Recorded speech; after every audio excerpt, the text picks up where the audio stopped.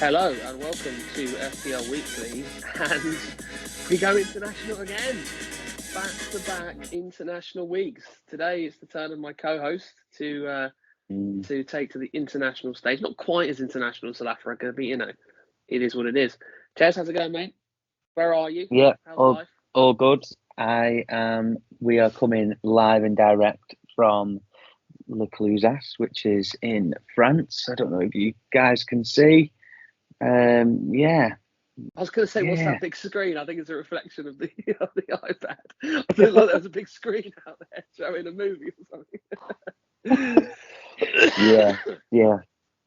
So we are in France. Yeah. Good trip. It's just having a look now. Watch has just updated. Downhill skiing, 31.2 kilometers today.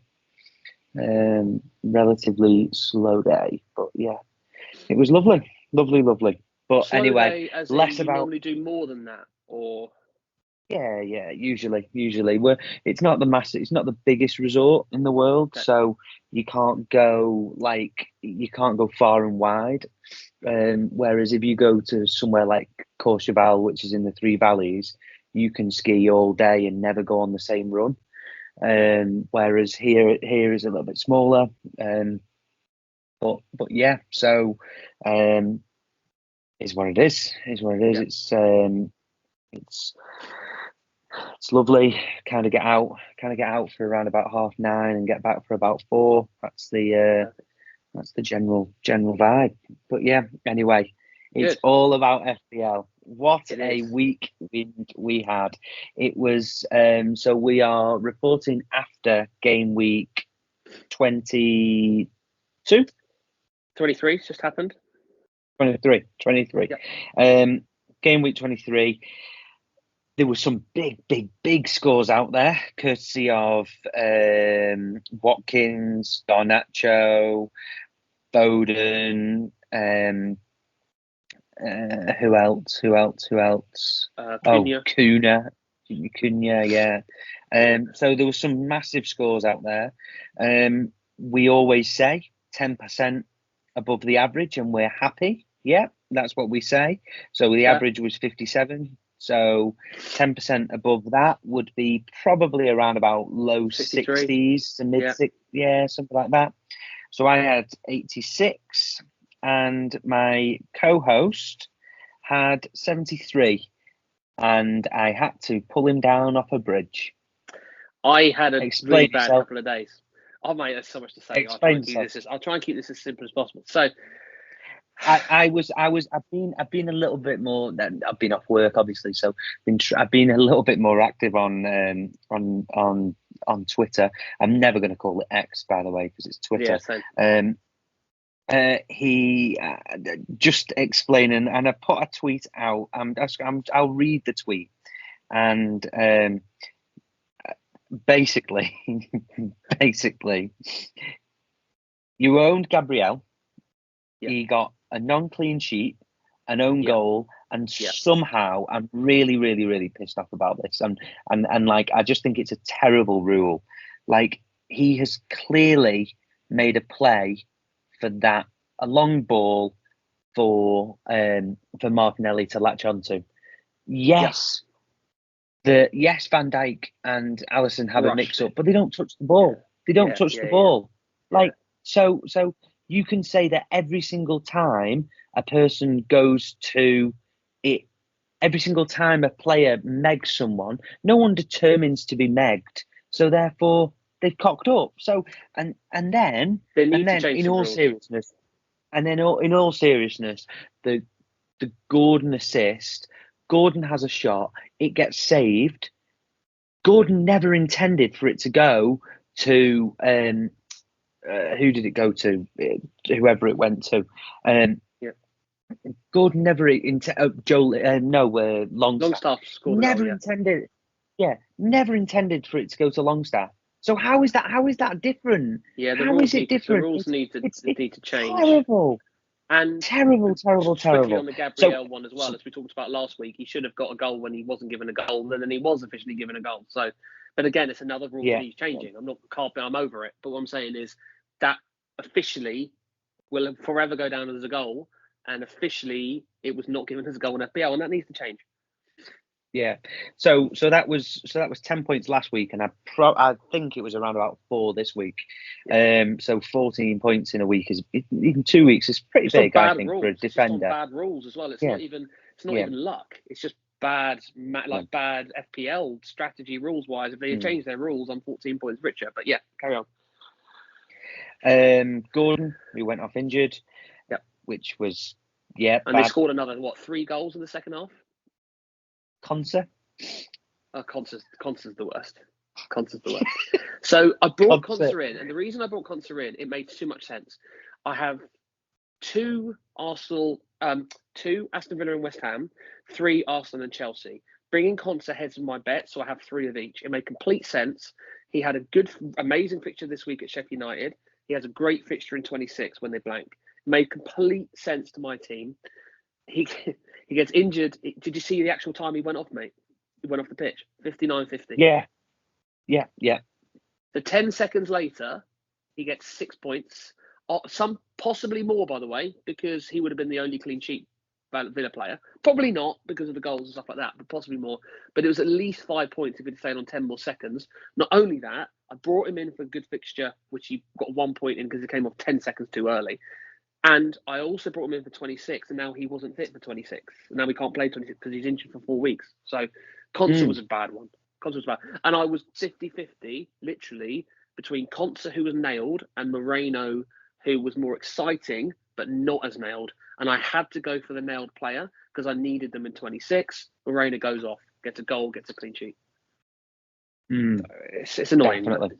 Yeah. Can I carry on? Carry on down the list of bad luck. Yeah, keep going. Yeah. So then we had Eze injured, Darwin, who was benched and then came on and got a yellow card. That was just Taylor, who's benched, and then you added Taylor's a couple. Taylor's out long term, but not only that, we don't know about him. Companies refusing to tell us about Charlie Taylor, which is so annoying.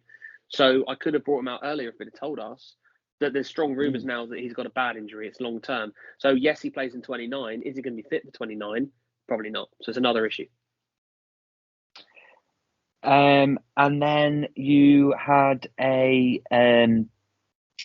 what were the other ones? You messaged me with Areola off injured at half time, which was I love these precautionary ones. It's they're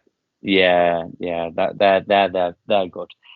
Saka off injured. Don't think that one's bad at all. Doesn't look too bad. No. And that's Walker. That's that. I think Walker didn't play at all. Last week. Walker. Yeah.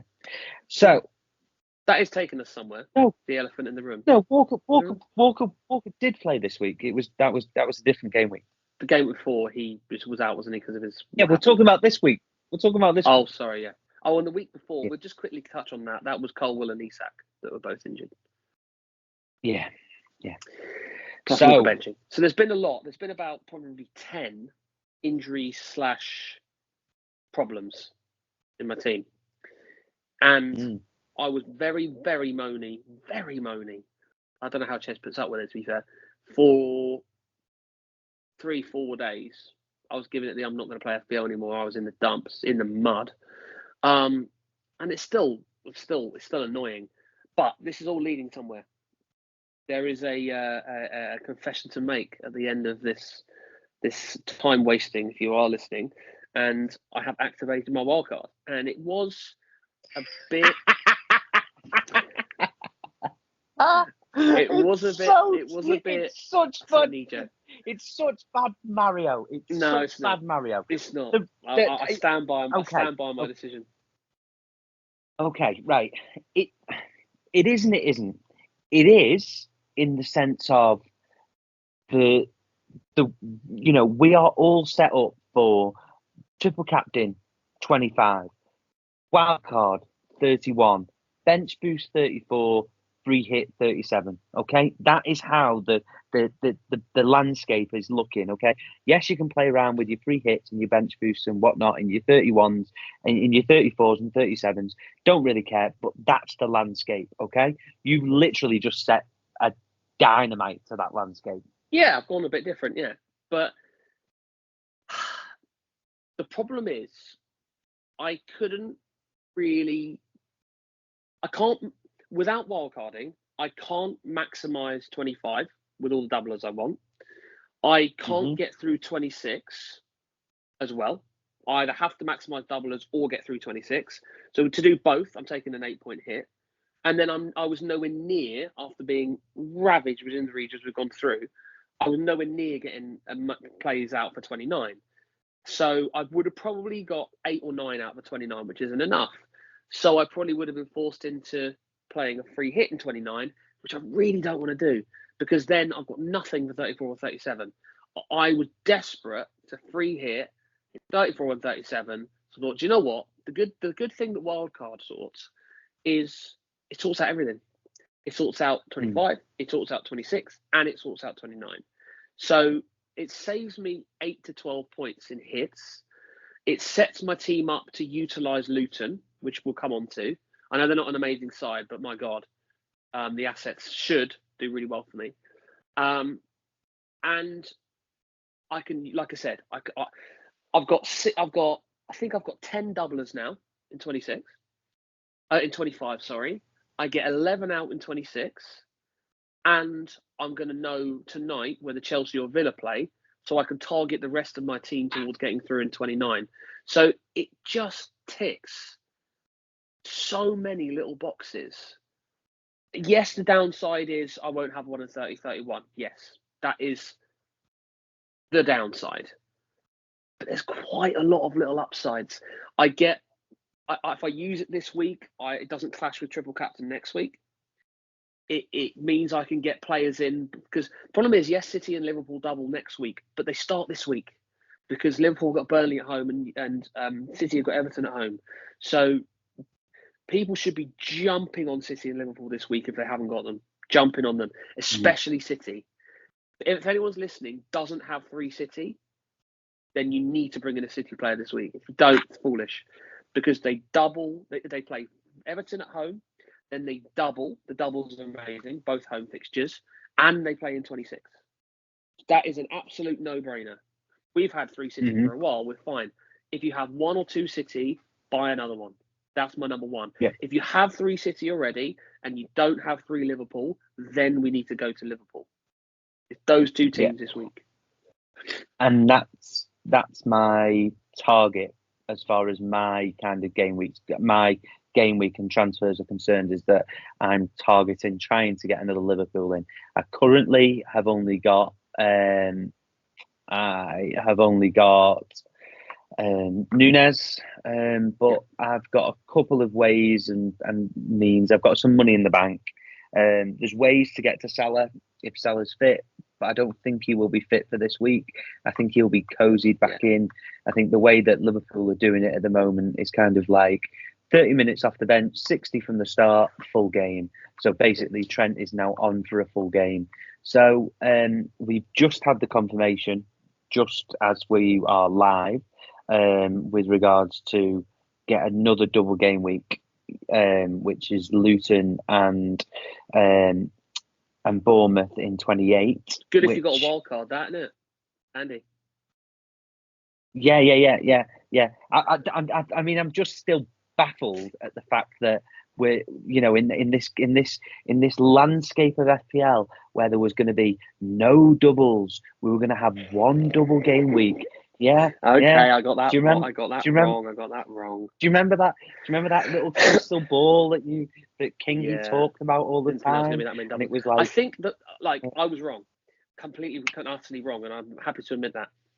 Where I got confused is because we had things like the Queen's death, which caused carnage to the FPL world. I felt that, yes, like you were saying, things can happen, but without things that were a bit crazy last year. There was another thing, I can't remember what happened. There was another crazy thing that happened last year. But I felt without those crazy things, we wouldn't get loads of doubles. But what I forgot was doubles would naturally happen every year because of the FA Cup, which was just a bit of a stupid thing to suggest. FA Cup, so, League Cup. Yeah. FA Cup and League Cup, they always are going to happen. And the fact that the Premier League teams are getting better and better and better, and their second teams are getting better and better, that they're just going to go further and further in these domestic cups. So teams like Maidstone getting through is just, it's a massive rarity. Like, it is a massive rarity. So that's the little bit of news from that. I've already kind of said that I'm pretty happy with where we're at. Niall, we are still waiting for you to come at us. Niall, I think we need to probably approach him, mate, to be honest. But yeah, but we can't, and there's ways that I just don't know whether, if you set up the league, can you see them? I don't think you can. Not sure. But we Niall's, might be able to email FPL for his email address, possibly. But Niall's FPL 11 and Niall Mukhtar. We've looked on all social medias, LinkedIn. I mean, we don't know what you look like, really, to be honest. So we are running up a dark alley here. But he's still there. He's lingering around like a bad smell, and trust me, it's really smelly. Really smelly. So two things I really wanted to touch on really quickly from last week is, although I had a shocking week in terms of injuries and I was very sulky, in a way it's quite nice to be able to have that much of a disaster and still get 16 points more than the average. That was the first point I want to make. Secondly, Foden really saved my game week. He helped yours. Garnacho was the main difference between me and you. But Foden was a saviour. A lot of YouTube content creators benched him. A lot. Gianni, Prav, there was 4 or 5. Andy. I nearly did. I nearly did, and it was mainly. I'm not taking full credit for that. I'm taking some. I'm taking some credit. Yeah, no. But what the reason why I was on the bench? I was thinking there must be smoke here. There must be smoke. That after the week before, where all this news about people secret text messages and all this stuff, I was thinking there must be some news here that they're getting that, and all of the news was Foden's not going to start. Foden's not going to start. What was that based on? Was that just based on we'd flipped so many coins and so many heads that had to now be a tails, but there was no basis of that opinion. So it really annoyed me that. I think the way I describe it is there was some smoke, and you let the smoke completely take over your head, and I reminded you that the smoke was tiny. Basically, you let the smoke be like you let the smoke scare you and go, oh my god, he's not going to start. And I said to you, chill out. He might not start, but don't bench him, because I think he probably will start. I said to you, is there concrete? Is there any concrete that he doesn't start? And you were like, no, there's nothing. Just whispers. It's just whispers that basically he started a few games already. So it's like, is he due a benching? Yeah. That was it. This is, it really, really, really annoys me. Anyway, you got away with it. You got away with it. You started him happy days because you'd have been sick as a pig if you didn't.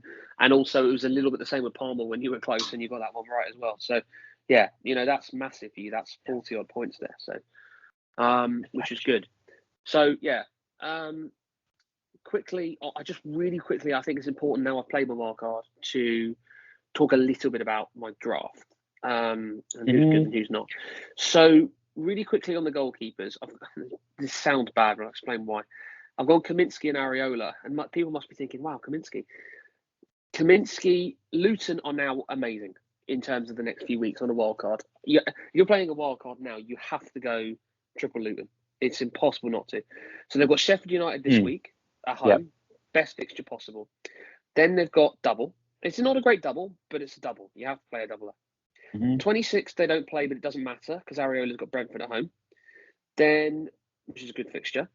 27, you've got Areola at Everton or Luton at home against Villa. No problem. 28, is the 28 the confirmed double? Yes. 28's the Luton double. There's another double. And then 29's Luton are home against Forest. And then, so basically they dovetail unbelievably well. So that's why the keepers make sense.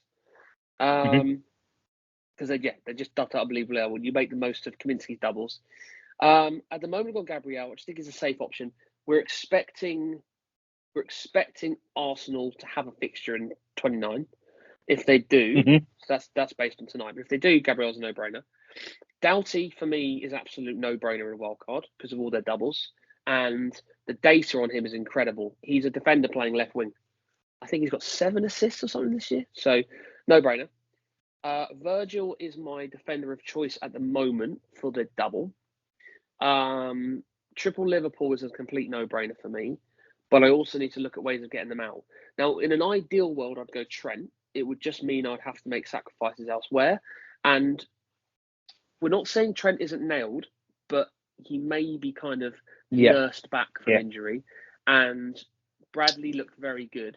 Not only that, it was almost a fact that we were under the impression that Bradley would have played if it wasn't for his dad passing away. So I believe that Bradley is quite a lot in Klopp's plans. And look, he might play Trent midfield. We don't know. But it's more from injury. As a Liverpool fan, I would say I feel that Bradley isn't a terrible thing for Trent. And the main reason why is that Trent gets into his first 11. Absolutely. It's just where he gets into the first 11. And if Bradley's really, really, really playing well, then Trent will play in midfield. And I think the issue with Liverpool is that nobody is now safe. The only person who's safe is Virgil van Dijk. And if Virgil van Dijk, so when you've got doublers, you want to play 180 minutes, don't you? And I've got 180 minutes out of him, and he's a threat. Yeah, basically, you've got left back. You're now basically looking at Robbo, Simicast when he's back, and Gomez. Centre back, you've got Van Dijk, who is 100% nailed, will play every minute when he's fit. Matip, who's injured, so he won't be featuring. Konate, who's suspended for this game, but will play in both doubles now.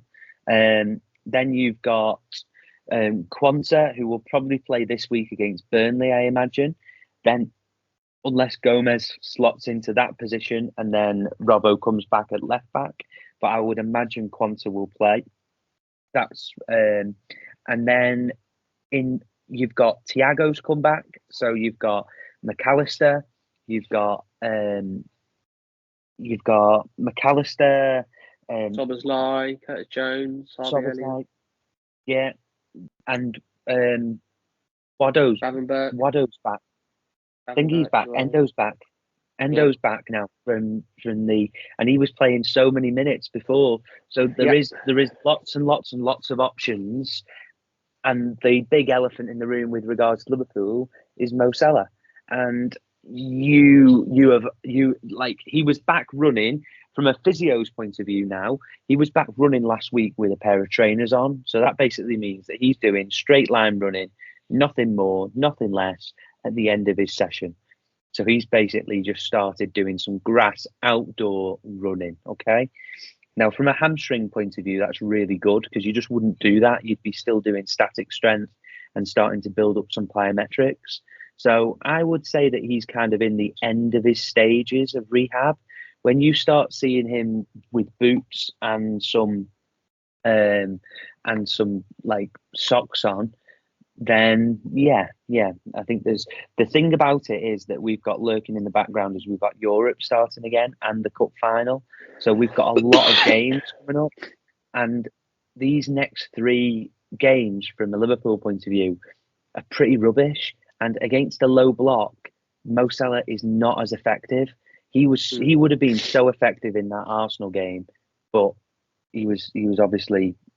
Yeah, we didn't play him, so because we had no ball over the top. So I think Darwin is a must as far as Liverpool's concerned, and then anyone else is a little bit of a lottery. And I kind of said to you that I kind of said that I just think that there's. I mentioned Trent to you, but I've got cold feet about it. Like I probably am happy to take him on, but I'll say I don't 2.2 fancy million, going. and I go Virgil, who's more nailed. I know, but I don't fancy going to Virgil mainly because I just don't know about his upsides. Yeah, But but he's just completely and utterly nailed in a double. Burnley at home and then a double with Luton at home and Brentford away, and he's utterly, utterly nailed. He's not a I problem. think for you on a wild card, it's a little bit different. Whereas my transfers are really, really, really precious, and I've got to get transfers that are right moving forward for the blanks. So if I think about it, like if 29 is the hurdle that I'm really targeting about Massive. not trying to take any blanks. And so for me, for Liverpool, who's got a blank in 26 and a blank in 29, like I just don't know whether I can superly invest in them, even though they've got a great double. But that's another reason why I play my get... wild card is I can have three, and because I've got no other problems, I can spend my transfers on taking them out. Whereas because of all the problems I had to spend transfers elsewhere, so I couldn't maximise it. Whereas now I can have them all in, and then I can roll. I've just played my wild card, right? So I'm obviously going to roll in 25, and then I've got 2 transfers in 26. Thanks very much. I'm going to take out 2 of them already. Yeah, no, and that part of it, that part of it is great. Like I definitely get that. Like Darwin to Solanke. Darwin to Solanke is a no-brainer in 26. Well, it is now. It is now because obviously you've got that. Yeah. So booking in that transfer is the thing to do. So you sent me through your. I'm going to kind of go through the highlights of your wildcard team. It's just literally a first draft, by the way, and that could change tonight depending on who gets through to game week 29. But sorry.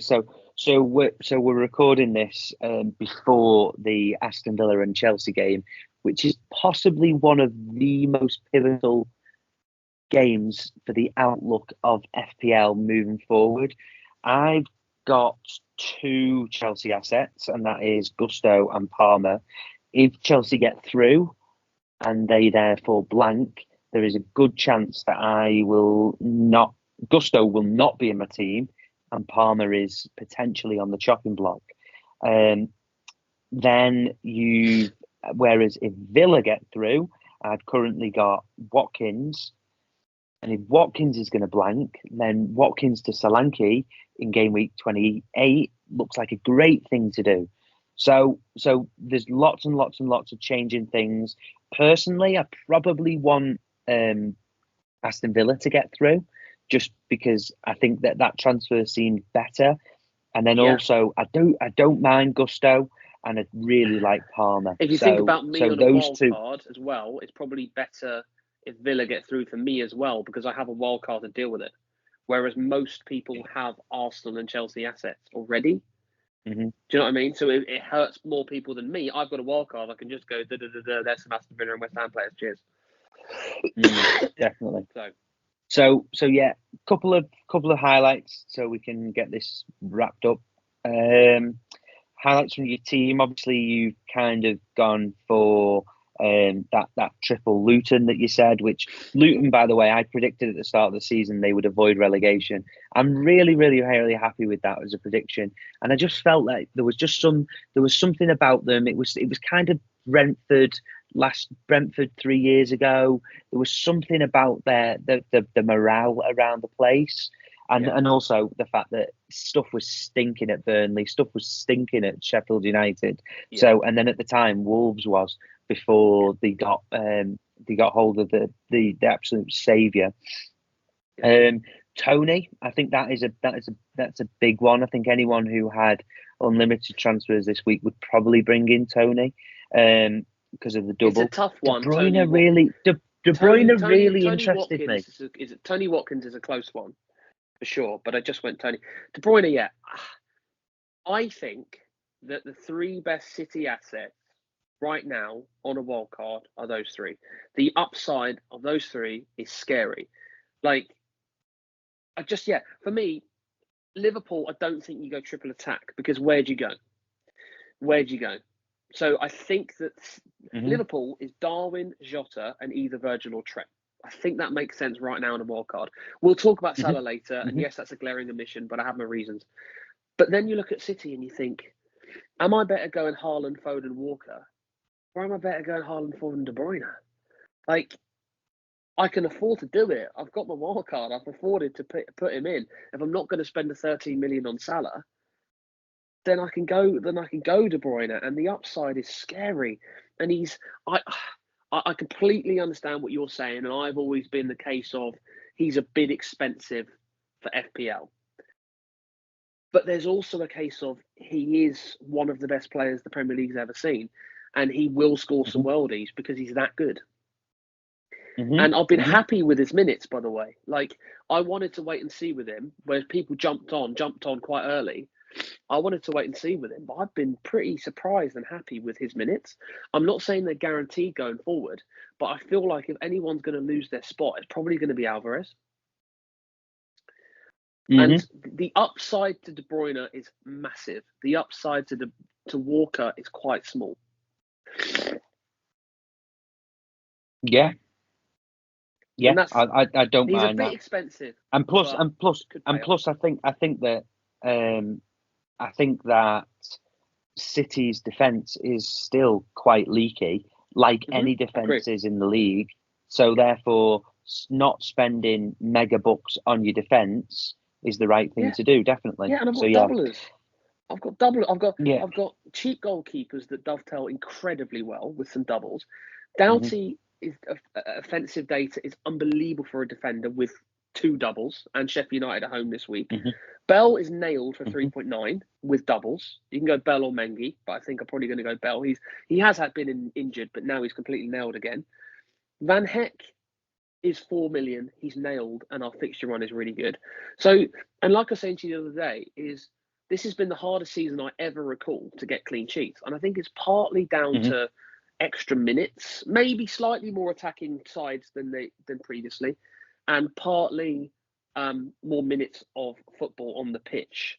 You can't buy clean sheets this year. You know, the days of premium defence have just gone out the window. So it's another reason why I play with wildcard. It's a good chance to go cheap defence and just look at my front 8. Yeah. The roof it's ridiculous. Is so high. Just dead quick. Garnacho, I would be starting him against Villa. I just can't, mate. I just can't. I'd be finding a way.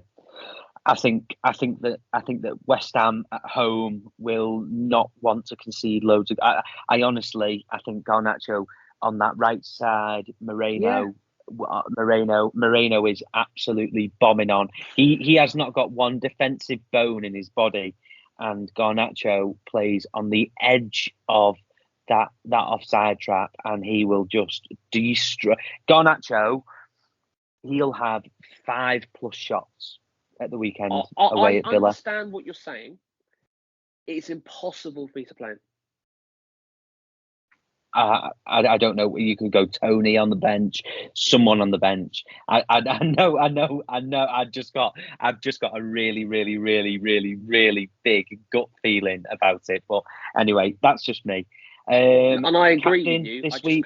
I can't play just really quickly. So City, I have to play 3. They're at home against Everton. Liverpool, I have to play 3. They're at home against Burnley. Luton have got Sheffield United at home. I have to play both of their defenders. Yeah. Attackers. Yeah. The only person I can think off the top of my head right now that I could bench instead of Garnacho is Saka. So you go Saka at West Ham, or you go Garnacho at Villa. Probably go it's Saka or it's Tony.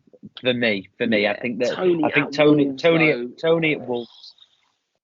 Wolves are good, mate. Wolves are good. Anyway, yeah. It's you're going Haaland captain, by the way. I am 85 to 90% sure I'll go Haaland captain. Something about Jota is screaming at me.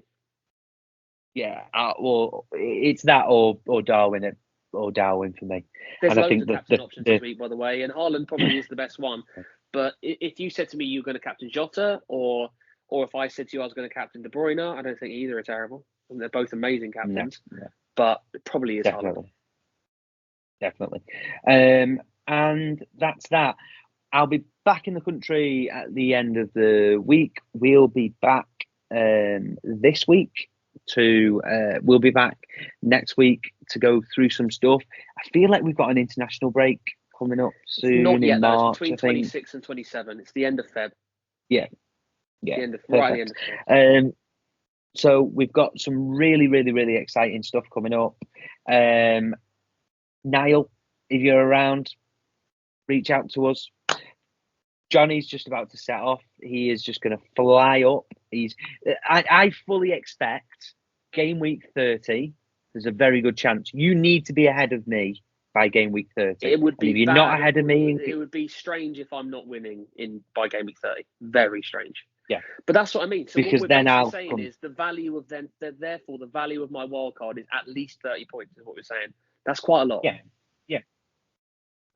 But I've got every single chip in my back pocket. You're in a much better position, 100%.